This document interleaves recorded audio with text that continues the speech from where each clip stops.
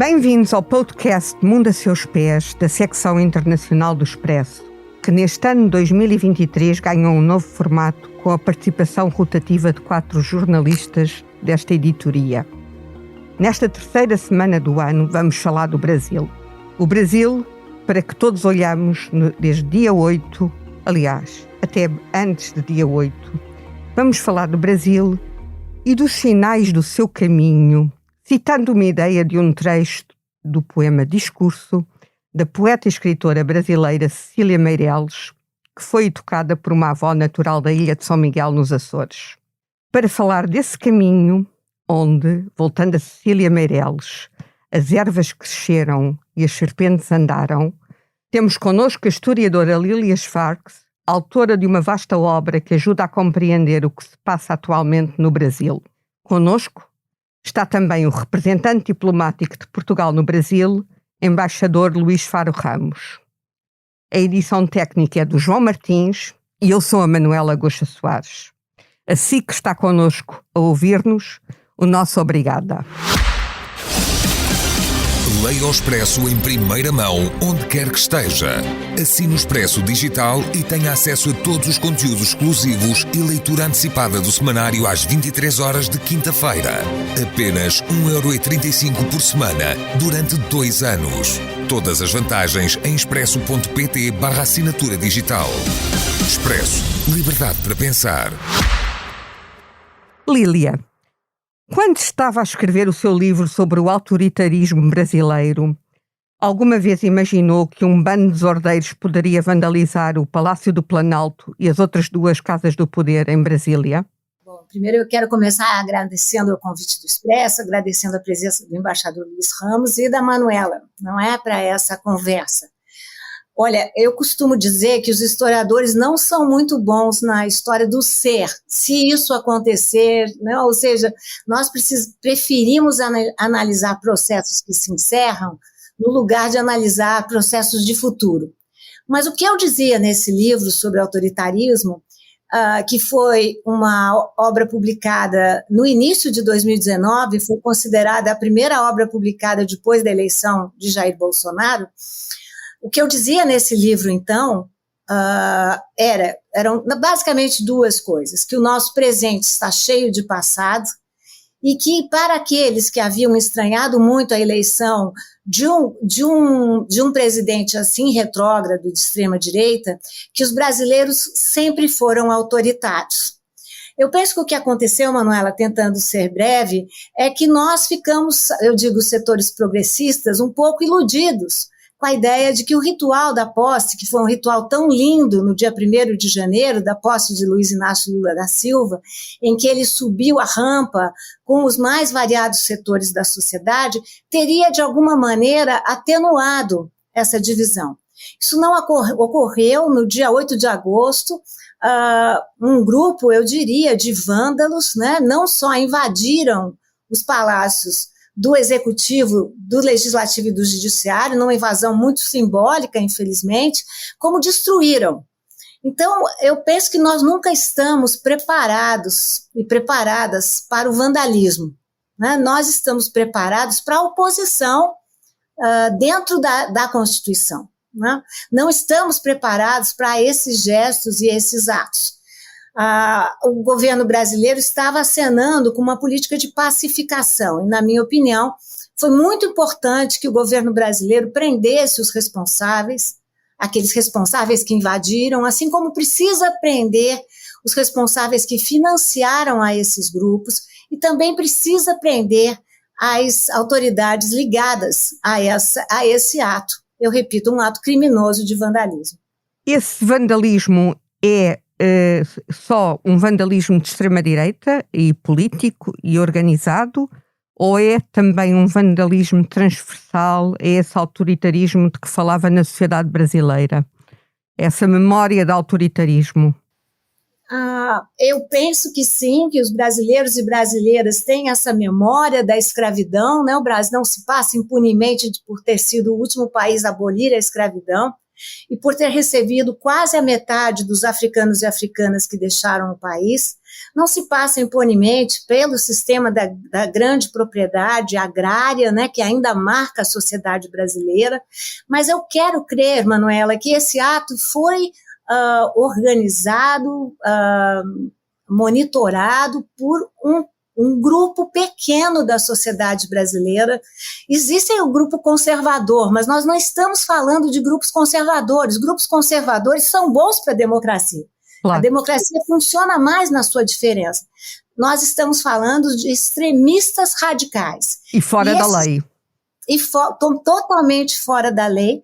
Esses extremistas são bolsonaristas, portanto, são bolsonaristas radicais, e eles não passam de 20% da sociedade brasileira. Então, se nós falarmos desse ato em específico, estamos falando de uma minoria da sociedade brasileira. Tanto que o jornal Folha de São Paulo fez uma pesquisa e 90% da sociedade, mais de 90% da sociedade brasileira condena os atos do último domingo.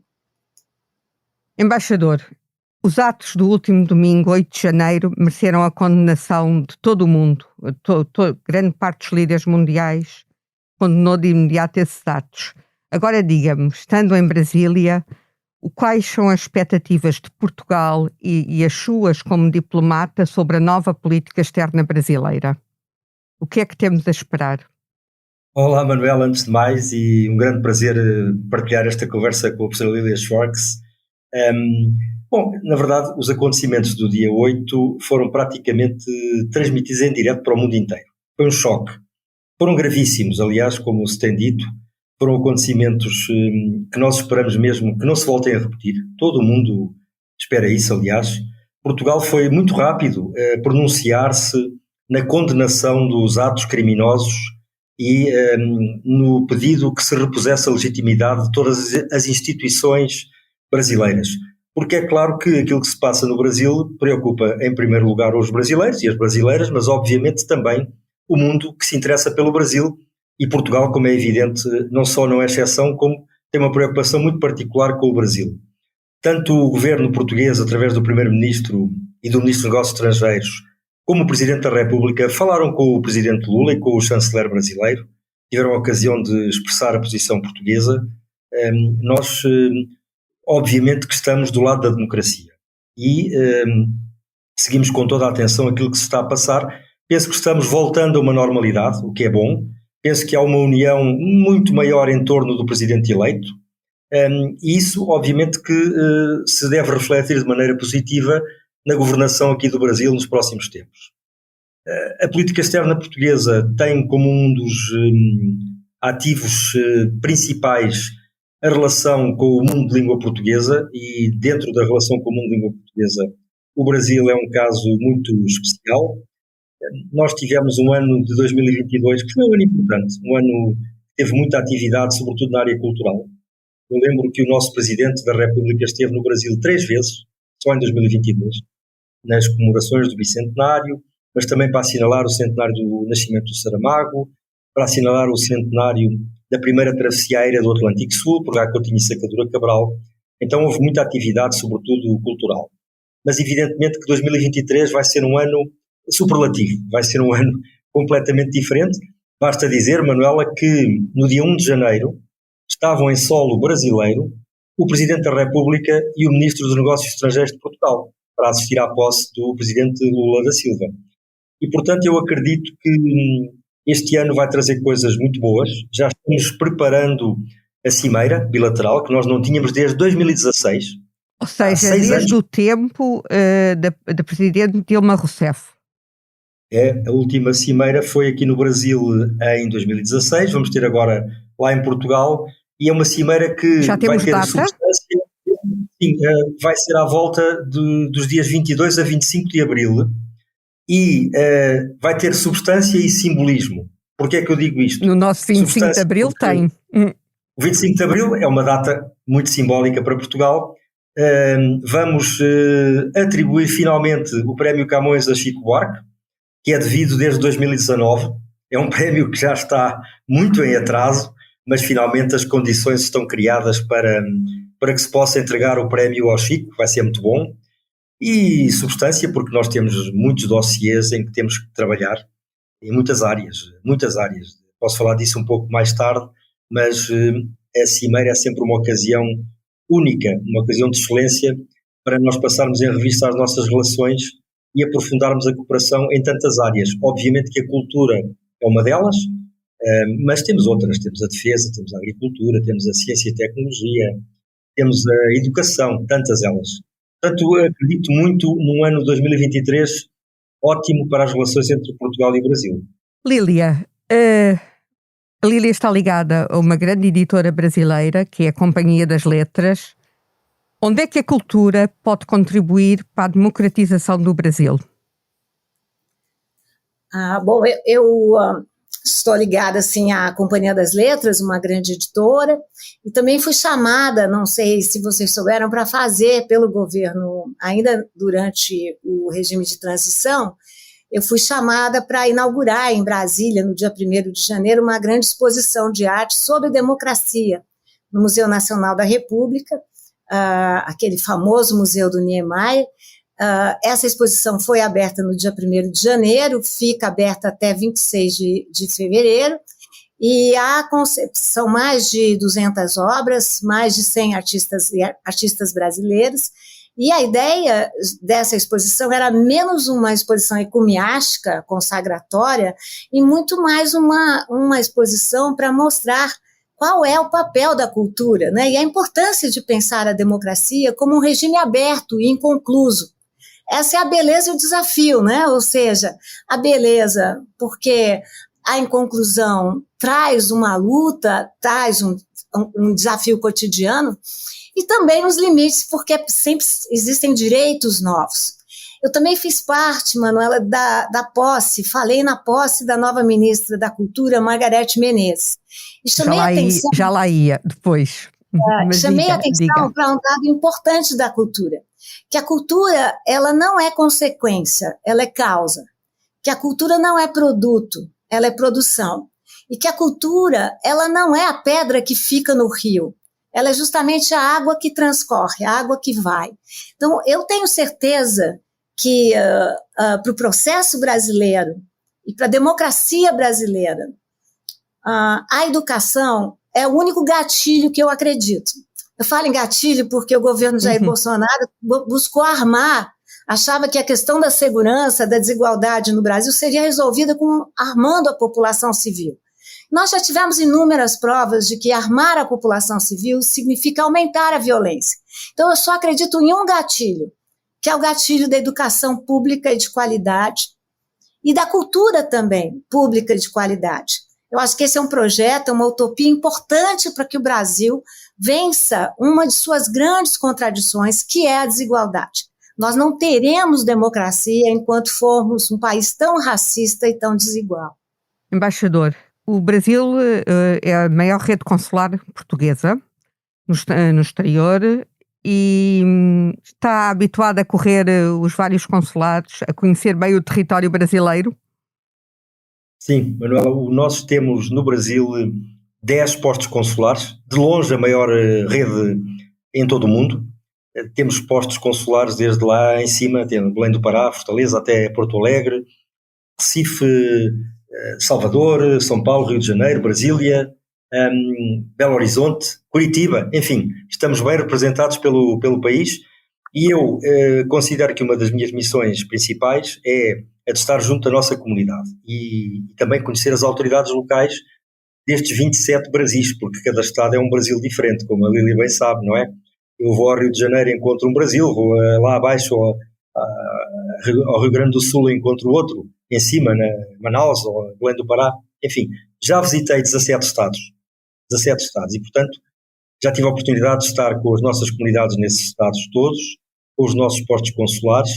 Inaugurei um hábito que é, todos os meses faço uma reunião virtual com todos os postos consulares, onde nós trocamos experiências, damos conselhos uns aos outros, e assim sentimos-nos todos mais próximos, porque é uma rede muito boa, é uma rede que funciona bem, aliás, como outras redes que temos. Poderei falar da rede das cátedras Camões, temos 8 cátedras aqui no Brasil, a mais recente das quais leva o nome do único Nobel português, de Literatura, José Saramago, inaugurada em Curitiba em maio do ano passado.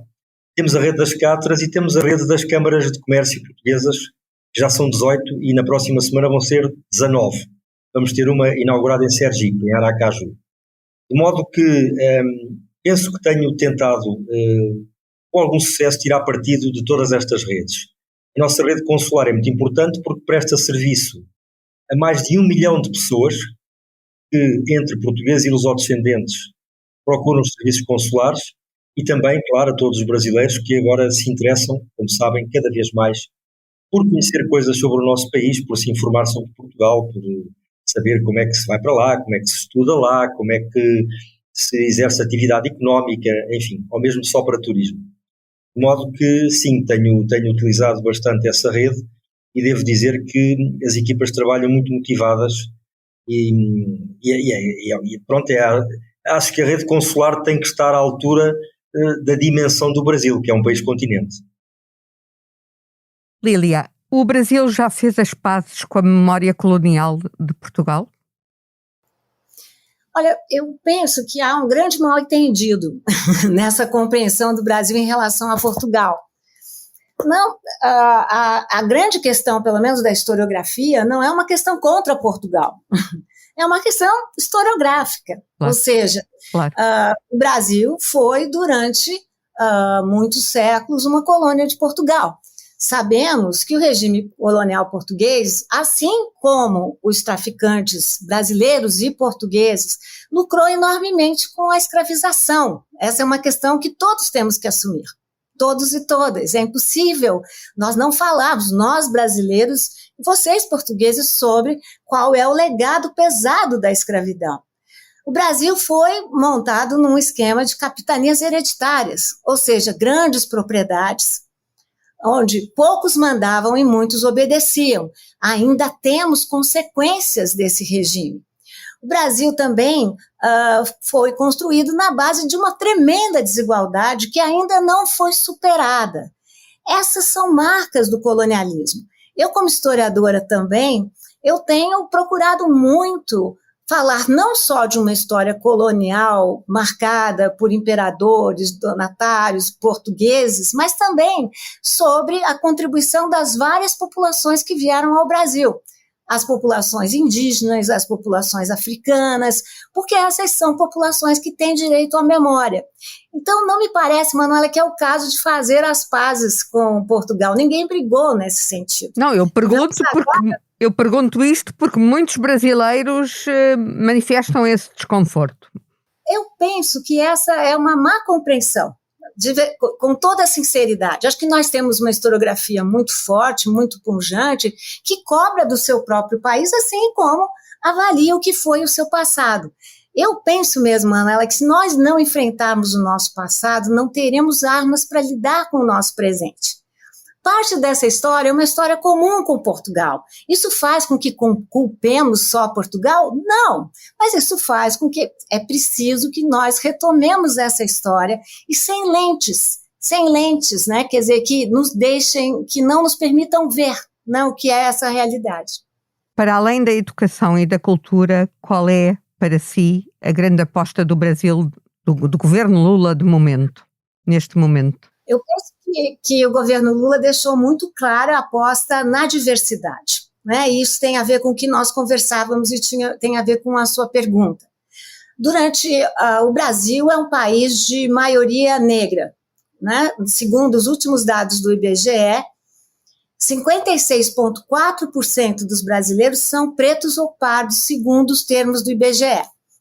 E mesmo assim, o Brasil é um país marcado pela branquitude. Não é a branquitude, é uma situação confortável ontologicamente no Brasil. É muito importante o dia de anteontem agora, né? Ou seja, o dia da posse da nova ministra do setor indígena e do dia da posse da ministra agora da diversidade racial. Porque isso acena para um Brasil mais inclusivo, para um Brasil mais plural, e sendo assim mais democrático. Então eu acredito que Luiz Inácio Lula da Silva, nas suas duas falas nos seus 2 discursos no dia da posse, chamou muita atenção para esse tema, né? E que é muito bem-vindo agora pela população brasileira. Há um outro setor que Luiz Inácio Lula da Silva também tem dado atenção, que é, e que foi muito maltratado durante o consulado de Jair Bolsonaro, que são as mulheres. Exato. O que quer comentar? Adoraria. As mulheres, elas, no Brasil, o Brasil é um país com maiores números de feminicídio, né? Ou seja, até hoje. No mês passado, não sei se sabem, mas em Brasil, em São Paulo, onde eu vivo, o novo governador é um governador que professa a sua lealdade a Jair Bolsonaro, mesmo assim esteve em Brasília na reunião, que é muito importante, mas ele indicou uma secretária das mulheres que falou que feminismo é genocídio. Pois bem, no mesmo mês em que essa secretária disse essa frase, no mínimo polêmica, São Paulo aumentou em 60% o número de feminicídios. Essa é uma realidade muito forte no Brasil. Além de tudo, as mulheres, que correspondem a mais da metade dos brasileiros, não têm a mesma proporcionalidade na representação política, na repressão nas empresas públicas e nas empresas privadas. Nos salários. Nas universidades. Ou seja, é muito importante que essa questão também saia da névoa, porque o Brasil é um país muito machista, não é? E muito misógino também. Né? Tivemos 4 anos de um governo profundamente misógino. A situação das mulheres, para além do aumento da taxa de feminicídio, a situação das mulheres piorou durante o consulado Bolsonaro? Piorou muito se nós pensamos no setor público. Né? A sociedade civil brasileira e os movimentos feministas, eu falo de feminismos no plural, mesmo porque o movimento feminista negro é um movimento de mulheres negras, é um movimento importantíssimo, né?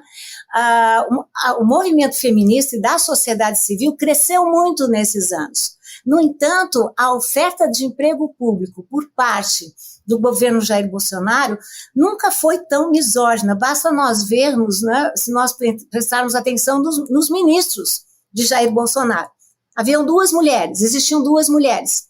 Damares Alves, do Ministério da Família, que era contra o feminismo, né, e que fez várias atitudes, podemos falar um programa inteiro dela, tenho certeza que não vão querer.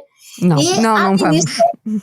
A ministra da Agricultura, Tereza Cristina. Então, não eram ministras identificadas com a causa das mulheres, até o contrário. Né? Então, nesse sentido, esse não foi um governo que indicou mulheres para postos estratégicos, nem no ministério, nem nas equipes, nem nas secretarias. Embaixador, há um outro setor determinante para os próximos anos, que é a questão do ambiente, na qual o presidente Lula, desde que foi à COP no Egito, tem dado provas de querer trazer o Brasil para um parceiro internacional importante. A próxima COP vai ser em Belém, já foi ontem ou anteontem anunciado. Qual é o papel da diplomacia em relação ao ambiente? Manuela, ainda bem que fala na questão da COP do Sharm el-Sheikh, do Egito, porque eu gostava muito de reconhecer que a primeira viagem do presidente eleito Lula da Silva ao estrangeiro para um país bilateral foi a Portugal. Lula da Silva esteve em Lisboa, do Egito. Logo a seguir a ter vindo do Egito.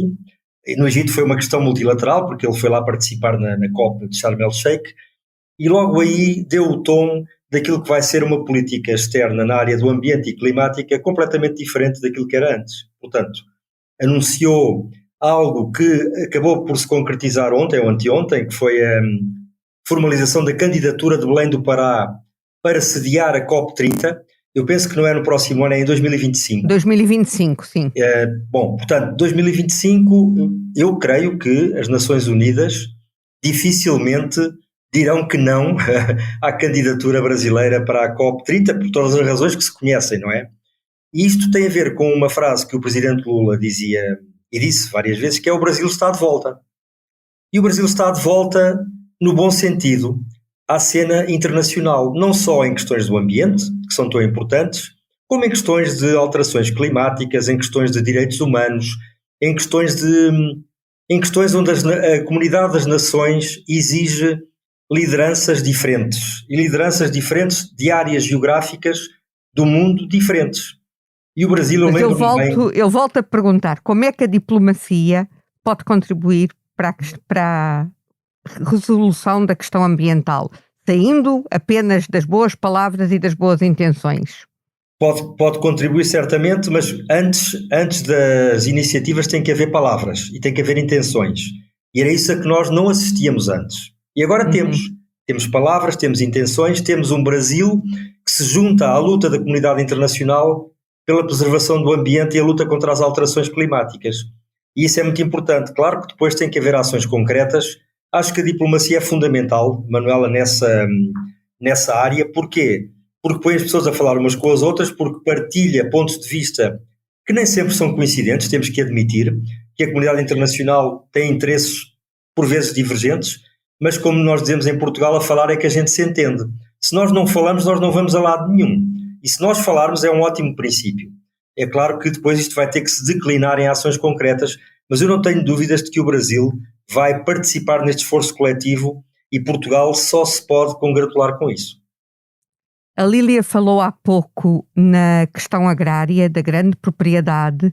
É possível captar esses grandes proprietários para a causa ambiental? Eu sempre digo que há sempre o desejo da prática e a prática do desejo, não é? Quando Luiz Inácio Lula da Silva foi eleito no dia 30 de outubro, na fala que ele fez na Avenida Paulista, ele chamou atenção para a ideia de que não existem dois Brasis. Existe um Brasil. Claro que Manuela pode perguntar para mim também como que ele vai fazer isso para além das palavras. Vai ser um grande desafio. Mas o fato que é muito diferente... Eu gosto como o intelectual palestino Edward Said chama atenção. Eu penso que os começos são muito importantes, né? Eu sou historiadora, antropóloga, e acredito muito na eficácia prática dos símbolos. O governo Jair Bolsonaro, a primeira fala de Jair Bolsonaro foi para os seus fidelizados, foi para para as pessoas que o seguiam no Facebook. Ao mesmo tempo, ele professou uma religião só, sendo que o Brasil não é um país que não é um país...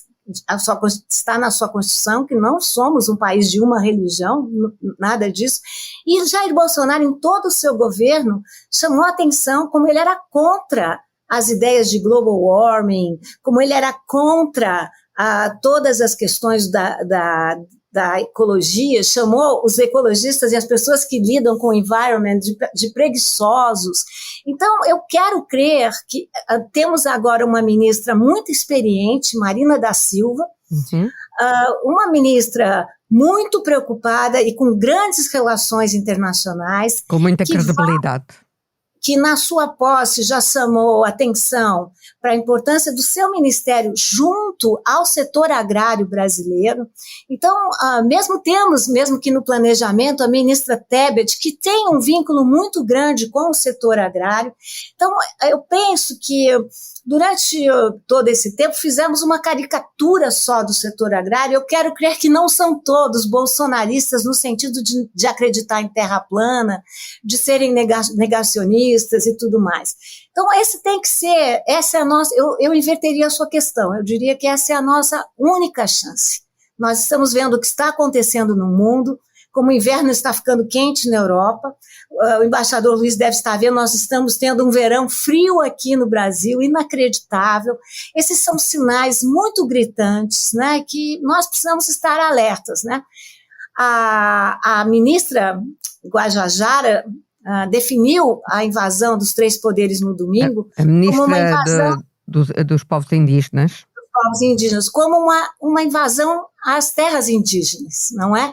Então, nós temos que pensar dessa maneira, nós temos que incluir conhecimentos, né, ampliar conhecimentos e, inclusive, incluir na agenda de um setor progressista o setor agrário brasileiro, que é progressista também à sua maneira e que há de de compactuar, né? Que se nós tivermos calma, nós precisamos de calma democrática agora. Até porque todos precisamos de um planeta que seja, que nos permita viver com qualidade de vida e sem grandes tempestades, sem grandes secas, sem grandes chuvas. E como disse o embaixador Luiz, o papel do Brasil, não só enquanto potência política, mas como lugar de meio ambiente, é um lugar estratégico e central. E o papel de isolamento que Jair Bolsonaro fez nas demais reuniões, vocês devem lembrar como ele não tinha com quem falar, com quem dialogar. Eu acho que o Luiz Inácio Lula da Silva está acenando para um novo papel internacional do Brasil, né? Sim, sem dúvida. Aliás, isso ficou muito patente ao mundo no domingo, quando todos líderes políticos dos mais variados países e quadrantes políticos condenaram o ataque às sedes dos poderes em Brasília. Para si, Lília, para além, falou que era a sua grande causa, ou que acha que o grande caminho para mudar a sociedade brasileira e estabilizar a democracia é a educação e a cultura. E depois, mas na prática, como é que vê a questão acha que enquanto houver fome do Brasil, as pessoas vão estar menos despertas para a educação? Bom, a fome voltou no Brasil, né? Esse é um dado muito triste do governo Jair Bolsonaro, né? O Brasil havia superado a fome e a fome voltou, afetando muitos brasileiros e brasileiras.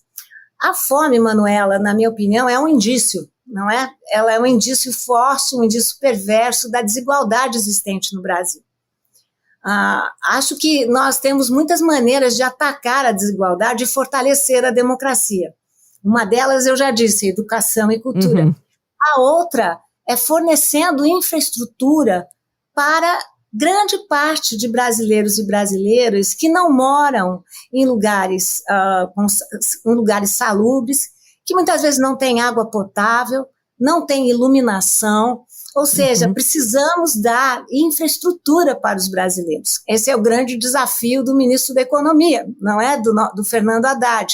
Como é que nós vamos, porque nós só teremos também democracia se combatermos essas desigualdades infraestruturais. O Brasil, quando eu comecei a escrever em 2018 sobre o autoritarismo brasileiro, o Brasil era o 7º país mais desigual do mundo. Quando eu terminei, em maio de 2019, o Brasil já era o 6º país mais desigual do mundo.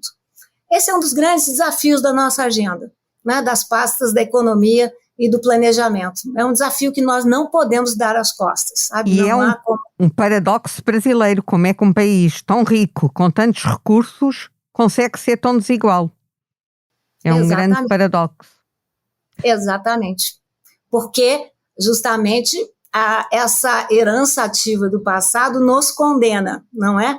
Ou seja, a existência de imensas fortunas, muitas vezes localizadas no setor financeiro, mas também no setor agrário, e um imenso desemprego ou um imenso subemprego, né? Esses são os temas da nossa agenda contemporânea que precisam ser enfrentados e que não foram enfrentados nesses 4 anos. É por isso que a fome voltou. Como eu disse, a fome é um sintoma perverso, uma doença, do mau uso da máquina de Estado. Embaixador, falou há pouco do ano Saramago, da entrega do Prémio Camões a Chico Buarque. Qual é a próxima grande aposta da Embaixada de Portugal no Brasil e da diplomacia portuguesa em termos culturais? Bom, Manuela, nós tivemos em 2022 um ano muito, muito intenso. No âmbito dos 200 anos da independência do Brasil, fomos convidados pelas autoridades brasileiras a associar-nos. Eu até quase me atreveria a dizer que houve mais eventos organizados por nós, pela nossa estrutura de missão, do que até aqui pela parte brasileira. Mas houve eventos em Portugal, no Brasil, no mundo inteiro. Fomos os convidados da Bienal Internacional do Livro de São Paulo. Foi um momento de grande visibilidade para o nosso país, para a nossa literatura. Não vou dizer que isso nos esgotou, mas deu-nos muito trabalho. Tivemos aqui mais de 20 escritores, não só portugueses, mas também veio o Calafé Palanga, veio o Cardoso de Timor, quer dizer, veio uma montra da literatura em língua portuguesa, que não brasileira, para dar a conhecer ao Brasil, Portugal e os autores de hoje e de ontem. Eu digo de ontem porque homenageámos o Saramago também, não é? Através de uma exposição. Aliás, houve imensas homenagens ao José Saramago durante o ano passado.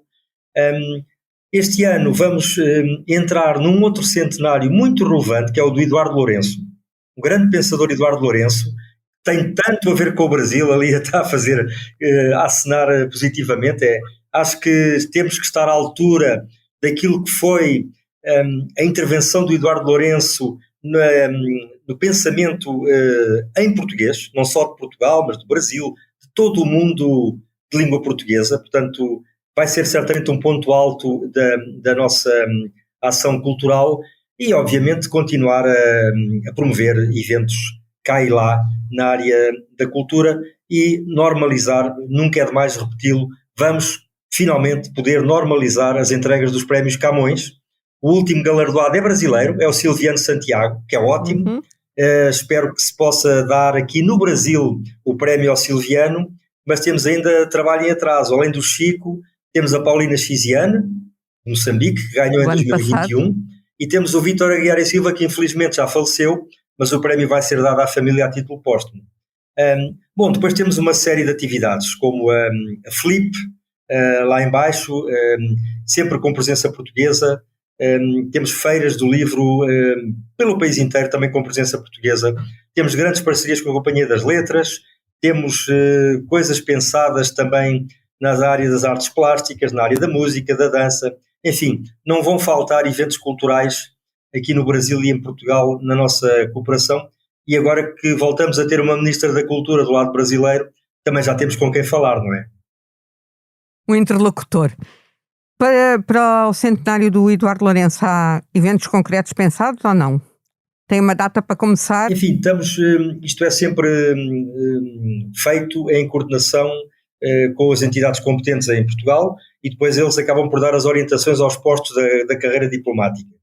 Eu não tenho dúvidas de que vai ser um ponto alto, mas neste momento nós ainda não temos informações concretas sobre atividades.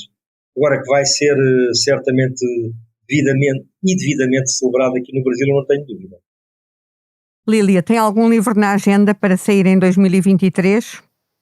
Não, eu lancei todos, mas queria fazer uma imensa homenagem a várias das pessoas citadas, entre elas o Eduardo Lourenço, que tem o livro maravilhoso, Mitologias das Saudades, né? E eu gosto tanto dessa comparação, quando ele diz, claro, toda comparação é retórica, né? Mas quando ele diz que ele estranhava que Portugal era um país cuja lembrança, a mitologia era voltada para o passado e o Brasil com a mitologia sempre para o futuro, né? Tão bonito, né? A comparação e a maneira como ele joga com essas extremidades, sem esquecer do José Saramago, que é quase um autor brasileiro, Silviano Santiago, né? Esse grande crítico literário e grande romancista, né? Uma pessoa da maior qualidade. E o nosso Chico Buarque, não é? Enfim, que finalmente e nosso vai também. E nosso também. É vosso e é nosso e é universal. É nosso, é património da humanidade. Não é? E eu lancei justamente o Sequestro da Independência em 2023.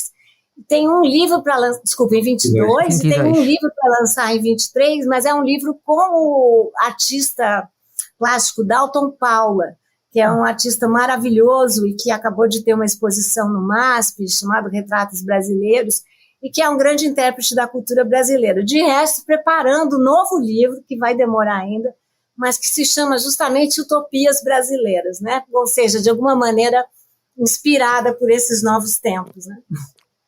O MASP, onde será a exposição, é o museu em São Paulo e não este MASP do mundo a seus pés. Esta conversa já vai longa, está na hora de nos despedirmos. Eu vou perguntar ao embaixador e depois à Lília uma pergunta ligeiramente diferente, mas ao embaixador vou-lhe perguntar quando quer apresentar Portugal no Brasil e faz parte das suas tarefas oferecer jantares e recepções. Qual é o elemento, enfim, a coisa da gastronomia portuguesa que tem sempre presente? Manuela, nós temos a sorte aqui na residência em Brasília de ter na cozinha duas pessoas que interpretam qualquer receita portuguesa. Temos uma moçambicana e uma brasileira. E são as duas excelentes. Normalmente o que eu faço quando quero dar a conhecer, enfim, conhecer é difícil porque já quase todos conhecem, não é?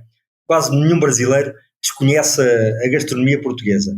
Mas eu diria, indo para um menu completo, uma entrada de caldo verde, um prato principal de bacalhau assado no forno e uma sobremesa de pudim de abado de periscos, tudo isto acompanhado por um bom vinho português e, claro, para terminar, um vinho do Porto para fazer o brinde da praxe. Lília, o que é que queres exportar do Brasil para Portugal, da gastronomia brasileira? O que eu exportaria da gastronomia brasileira? Como disse o embaixador, a gastronomia do Brasil é um país continental, né? Ou seja, são muitos países em um só país, né? Mas eu acho que... A sua preferência? Na posse do presidente Lula, foi servido o acarajé. Eu acho que o acarajé já é um prato, enfim, que vem das nossas tradições africanas, mas que já tem sido tão relido, né? Ou seja, às vezes com um pouco mais de pimenta, às vezes com um pouco menos de pimenta, com mais camarão ou menos camarão, mas eu acho que o acarajé vai virando, né, um prato muito brasileiro, né? E eu serviria um acarajé. Depois desta conversa que passou pela cultura, pela educação, pela política externa, pela questão agrária, pela questão da fome, pela gastronomia, está na altura de fazer a pergunta que vem desde o início deste MASP, ou seja, deste podcast O Mundo a Seus Pés, e que teve uma outra fórmula de início há 3 ou 4 anos, que eu pergunto à Lília se pudesse viajar neste momento para qualquer sítio do mundo sem restrições, ou seja, uma pergunta utópica, para onde é que gostaria de ir? Qualquer sítio. Qualquer sítio. Olha, então eu vou falar de uma utopia possível, e não é porque eu estou aqui com vocês que eu vou falar. Eu sou uma pessoa, cada um fala das suas loucuras, não é? Eu tenho uma loucura com ondas. Não que eu vá entrá-las e enfrentá-las, mas eu vejo ondas. Então eu aceitei um convite para ser uma keynote speaker na Universidade de Coimbra e disse aos colegas que eu aceitaria se eles me levassem até Nazaré. Então eu vou fazer um grande desejo. Ninguém imagina que uma intelectual tem como desejo conhecer as ondas de Nazaré, mas vou tentar fazer um grande desejo e torcer para que seja uma boa época para ver as ondas gigantes. O mundo é muito grande, né, Manuela? Mas, enfim, a minha agenda não para de ter desejos, mas esse é o meu desejo imediato. Né? Mas é um sítio bonito, mas já fez surf ou só vai ver as ondas mesmo?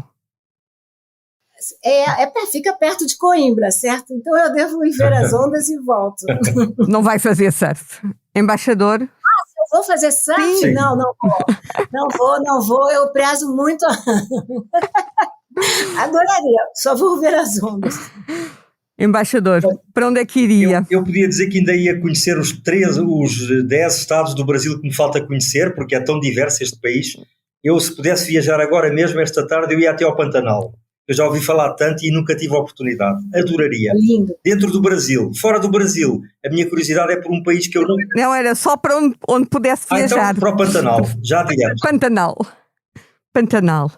Conversa... E nós fomos modestos, Manuela. Ambos fizemos desejos possíveis. Mas podiam fazer um desejo utópico. Podiam dizer que queriam ir a Marte. Então eu quero ir ao Vietnã. Eu gosto mais de ter os pés na terra em termos geográficos. A conversa vai longa. Para a semana, O Mundo a Seus Pés estará aqui com a minha colega Ana França e depois será com a Cristina Pérez na semana seguinte e com o Pedro Cordeiro a seguir. A sonoplastia foi do João Martins e eu despeço-me de si agradecendo o tempo que nos dedicou e venha sempre ao Mundo a Seus Pés em qualquer plataforma no site do Expresso.